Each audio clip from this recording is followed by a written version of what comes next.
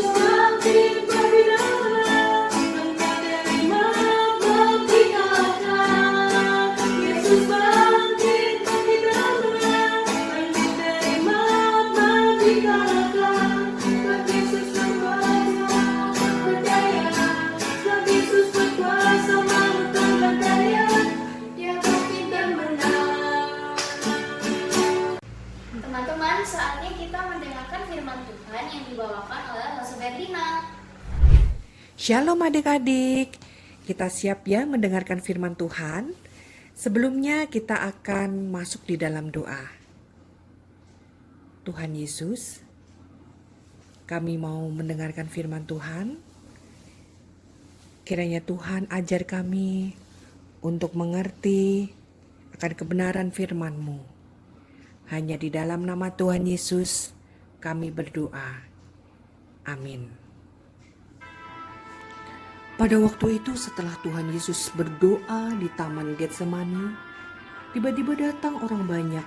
Mereka menangkap Tuhan Yesus. Mereka adalah orang-orang yang tidak percaya. Mereka menangkap Tuhan Yesus untuk disalibkan. Tuhan Yesus disiksa, dipukul, dicambuk. Kepalanya diberi mahkota duri. Dan saat itu, ketika Tuhan Yesus sangat kesakitan, Tuhan Yesus harus memikul salib. Salib yang begitu besar sampai ke atas bukit Golgota. Dan Tuhan Yesus dipaku di kedua tangannya dan kakinya. Sampai akhirnya Tuhan Yesus mati di atas kayu salib.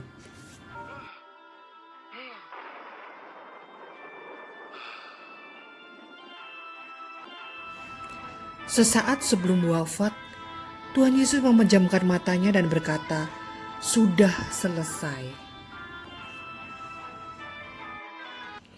Tuhan Yesus sudah menyelesaikan semua tujuan kedatangannya ke dunia ini, yaitu kasih-Nya yang begitu besar untuk menyelamatkan seluruh umat manusia, buat adik-adik, buat Lause, buat menyelamatkan papa mama dan seluruh umat manusia. Adik-adik, kalian tahu seharusnya yang ada di atas kayu salib itu siapa? Kita yang harusnya mati di atas kayu salib. Kenapa? Karena semua orang itu berdosa. Semua orang sudah berdosa. Waktu dia masih bayi sekalipun, dia sudah berdosa. Bukan Tuhan Yesus yang harus mati di atas kayu salib, tetapi kita. Adik-adik tahu dosa itu apa? Semua hal yang tidak baik. Apa aja coba? Mungkin marah-marah, berbohong, mencuri, mencontek, membunuh, dan masih banyak lagi. Dan itu semua dilakukan oleh manusia. Karena dosa-dosa inilah Tuhan Yesus rela dipukul, dicambuk, dan dimahkotai duri, dan disalibkan sampai mati. Bahkan lambungnya ditusuk. Dan itu semua Tuhan lakukan untuk menebus dosa-dosa kita. Tuhan Yesus sangat mengasihi dan menyayangi kita anak-anaknya. Dan Tuhan Yesus tidak mau terpisah dari kita karena dosa-dosa itu. Dosa-dosa yang membuat kita terpisah dari Tuhan. Tuhan Yesus mau selalu dekat dengan kita semua. Maka Tuhan Yesus mati di atas kayu salib untuk menggantikan kita yang seharusnya mati di kayu salib atas segala dosa yang sudah kita lakukan. Salah satu pengikut Tuhan Yesus bernama Yusuf memakamkan jenazah Tuhan Yesus. Ia menggulingkan batu yang sangat besar untuk menutup makam itu. Berakhirlah hari Jumat yang panjang dan sangat menyedihkan itu. Setelah hari Sabat lewat, menjelang menyingsingnya fajar pada hari Minggu, pergilah Maria Magdalena dan Maria yang lain menengok kubur Tuhan Yesus. Maka terjadilah gempa bumi yang hebat, sebab seorang malaikat Tuhan turun dari langit dan datang ke batu itu untuk menggulingkannya dan duduk di atas batu itu. Wajahnya bagaikan kilat dan pakaiannya putih putih seperti salju.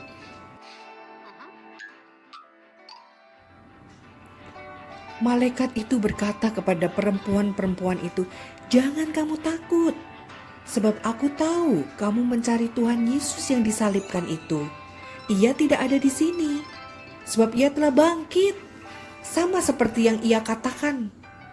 Mari lihatlah tempat ia berbaring." Mereka segera pergi dari kubur itu dengan takut dan dengan sukacita yang besar, dan berlari secepat-cepatnya memberitahukannya kepada murid-murid Yesus yang lain. Suatu hari para murid berkumpul di sebuah ruangan dan mereka sedang membicarakan tentang apa yang terjadi. Tiba-tiba saat itu Tuhan Yesus menampakkan diri kepada mereka dan mereka sangat ketakutan. Mereka menyangka dia adalah hantu. "Jangan cemas," kata Tuhan Yesus. "Lihatlah tanganku dan kakiku. Ini aku. Sentuh saja. Ayo sentuhlah. Kalian tidak bisa menyentuh hantu. Dan hantu juga tidak bisa makan. Sedangkan aku lapar sekali," kata Tuhan Yesus. Yesus pun makan ikan. Lalu ia mengajar mereka tentang firman Tuhan dalam kitab suci amat jelas. Katanya, Mesias harus menderita dan mati, lalu dibangkitkan dari kematian. Sekarang beritahu seluruh dunia apa yang telah kalian saksikan. Biar semua orang tahu bahwa dosa-dosa mereka akan diampuni bila mereka mencari Tuhan. Semua ini dapat terjadi karena apa yang telah aku lakukan. Adik-adik, Tuhan Yesus hidup. Tuhan Yesus bangkit. Tuhan Yesus mengalahkan maut dan menang. Jadi kita tidak perlu lagi takut. Kita tidak perlu lagi khawatir. Karena Tuhan Yesus hidup. Tuhan Yesus selalu menyertai kita anak-anaknya. Sampai di sini dulu ya firman Tuhan dari Lause. Kita akan menutup di dalam doa. Terima kasih Tuhan atas semua pengorbanan yang Engkau berikan untuk kami. Kami tahu betapa Engkau mengasihi kami. Kami percaya Engkau terus hidup di dalam hati kami dan menyertai kami. Hanya di dalam nama Tuhan Yesus kami berdoa. Amin. Dari firman Tuhan yang kita dengar tadi, kita tahu bahwa Tuhan Yesus bangkit dan hidup untuk kita semua. Untuk menutup ibadah kita pada hari ini, kita nyanyikan satu pujian yaitu Ku Menang, Ku Menang.